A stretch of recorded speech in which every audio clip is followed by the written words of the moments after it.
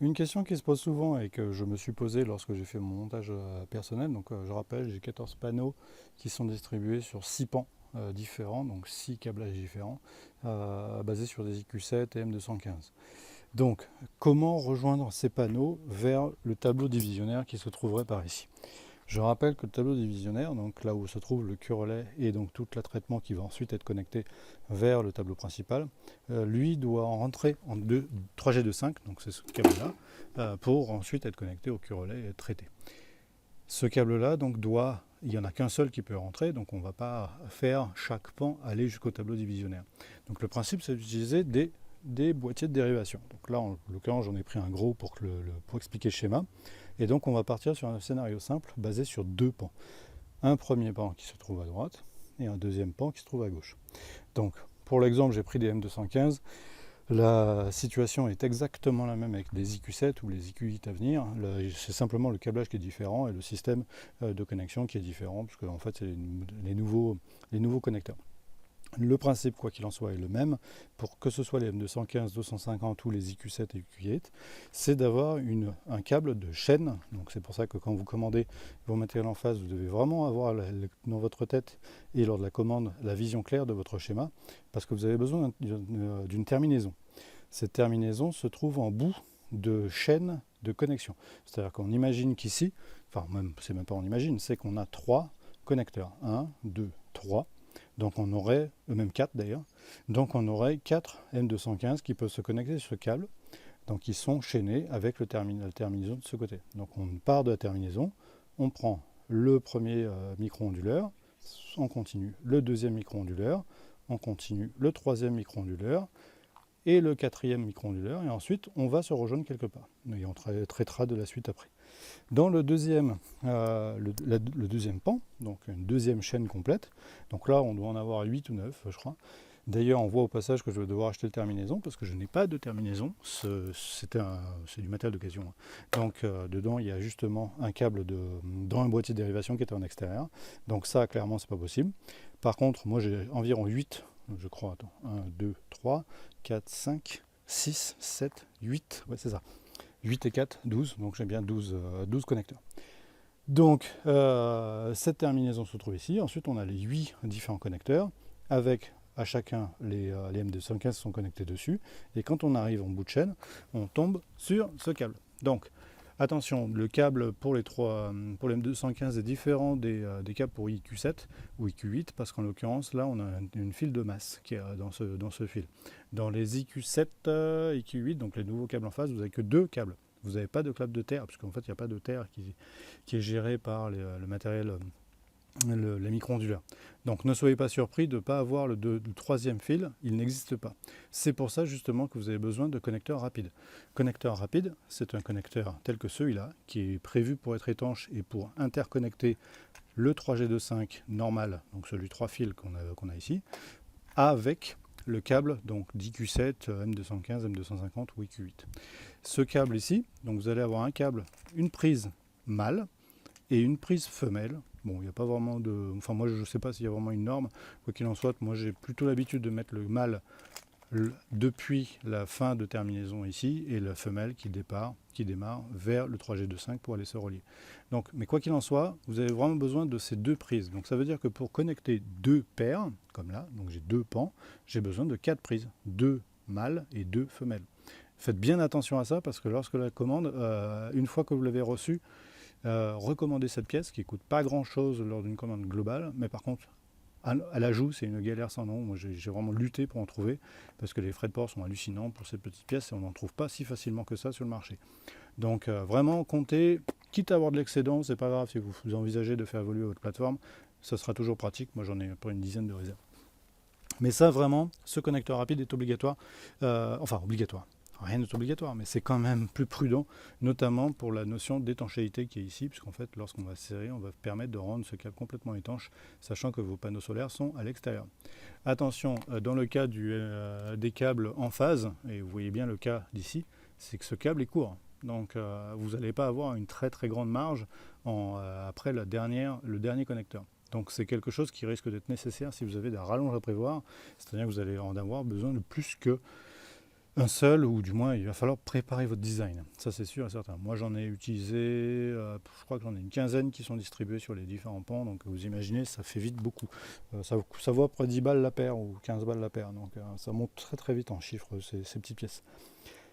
Ensuite, je reviens, donc on a fait nos connecteurs rapides, ici, qui se relient, donc du 3G25, ne prenez pas l'image preuve, c'est le 3G25, ok. Donc on a bien les trois fils, terre, masse et neutre, qui sont terre, phase et neutre, qui donc reprennent depuis ce câble. Donc si vous êtes en IQ7 ou IQ8, dans ce cas-là, faites bien attention que ce soit que le neutre et la phase qui vont être connectés. La masse ne va pas avoir de câble dans la source. C'est-à-dire que celui-là sera câblé sur le câble femelle, mais par contre sur le câble mâle, il n'y en aura pas. Il n'y en aura que deux qui seront connectés.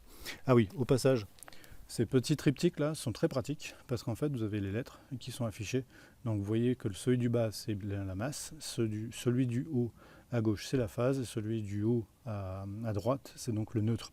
Donc c'est bien indiqué, c'est franchement très simple à faire. C'est juste 3 serrages, après ça s'embroche, ça se clipse.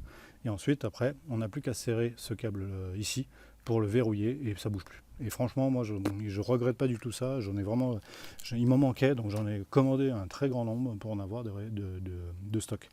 Même chose pour le câble de la prise femelle, donc c'est vraiment le même système.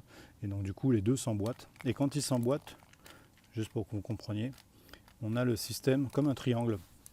Alors à une main ça va pas être simple, mais on a une espèce de triangle qui se fait d'un côté et un triangle qui se fait de l'autre avec une pointe là. La pointe qui est ici, donc sur le haut en gris, va se rentrer dans cette partie-là. Donc si on le rentre, on le met, le triangle l'un dans l'autre, hop, et là maintenant ils sont prêts. Donc il n'y a plus qu'à appuyer, ça sera fermé. Pour le réouvrir, il faudra juste glisser ici un petit tournevis plat, appuyer un petit peu, pas trop fort, et ensuite en le tournant, ça s'enlève. Donc vraiment c'est très pratique à l'usage. Ça je recommande à 200% cette place. Donc on revient là-dessus. Donc on a notre pan qui est ici, connecté à ces prises rapides, ensuite au 3G25 qui dépend de votre longueur que vous avez besoin pour relier l'élément qu'on va voir tout à l'heure. Sur l'autre pan, même chose, donc on a toujours les deux prises, notre câble d'origine avec les micro-onduleurs, etc. qui arrivent donc sur les prises rapides, les deux prises rapides mâle et femelle, qui repartent sur notre 3G25. Et maintenant, on va expliquer comment ça se rejoint. C'est simplement, donc, le pan de gauche et le pan de droite vont se rejoindre. Donc, dans mon cas d'un boîtier de dérivation, je conseille vraiment les boîtiers de dérivation étanches IP55. Donc, c'est ça, hein, ça se trouve assez facilement en IP55. Ça se ferme, il y a un petit joint, en fait, c'est ça l'IP55. Il y a un petit joint sur le côté, vous avez quelque chose qui vous garantit, qui vous sécurise sur le fait qu'il n'y ait pas d'eau. Donc, parce que ça dépend où vous êtes. Moi, j'ai des lieux qui sont assez humides, notamment dans le sous-sol. Donc, du coup, ça, c'est vraiment l'idéal. Vous rentrez vos gaines ou directement votre câble vraiment sur le côté en faisant une ouverture minimale pour que ce soit complètement serré. Donc, comme ça, en fait, il n'y a pas d'eau qui peut passer. Si vous passez en gaine, vous faites rentrer la gaine de la même façon. Donc moi j'ai des gaines de 40 qui rentrent dans le garage, dans le sous-sol, venant de l'extérieur. Et donc du coup, après, dans mon boîtier de dérivation, prévoyez grand. Parce que franchement, quand vous allez commencer à rentrer du matériel dedans, si vous êtes trop petit, vous allez galérer et ça va être sans place. Vous allez vraiment vous prendre la tête. Donc prévoyez toujours de l'évolution. Donc, quoi qu'il en soit, ça se trouve à pas très cher sur Amazon. Moi, en l'occurrence, je les ai pris là-bas ou n'importe quel magasin de bricolage. Donc, on a notre câble qui vient du pan de gauche et on a notre câble qui vient du pan de droite. Ce câble-là, qui est du 3G25, lui est celui qui va rentrer dans le boîtier de dérivation, dans le boîtier de distribution, le boîtier divisionnaire dans lequel il y a le cul relais. Donc on voit, j'ai scénarisé justement pour montrer que l'arrivée du 3G25 est bien là. Donc toute la logique, c'est comment on interconnecte ces trois. Et bien simplement avec des wagons. Donc des wagons 3 phases, trois entrées.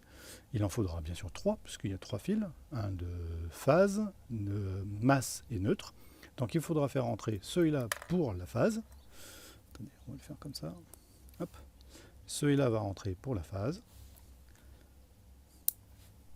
Celui-ci va rentrer, donc je l'ouvre. Celui-ci va rentrer pour justement la masse. Hop, comme ça on a un deuxième pour la masse. Alors, une main, c'est vraiment pratique.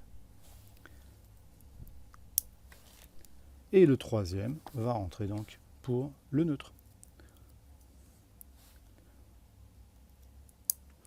Donc là, on a bien 3 wagots.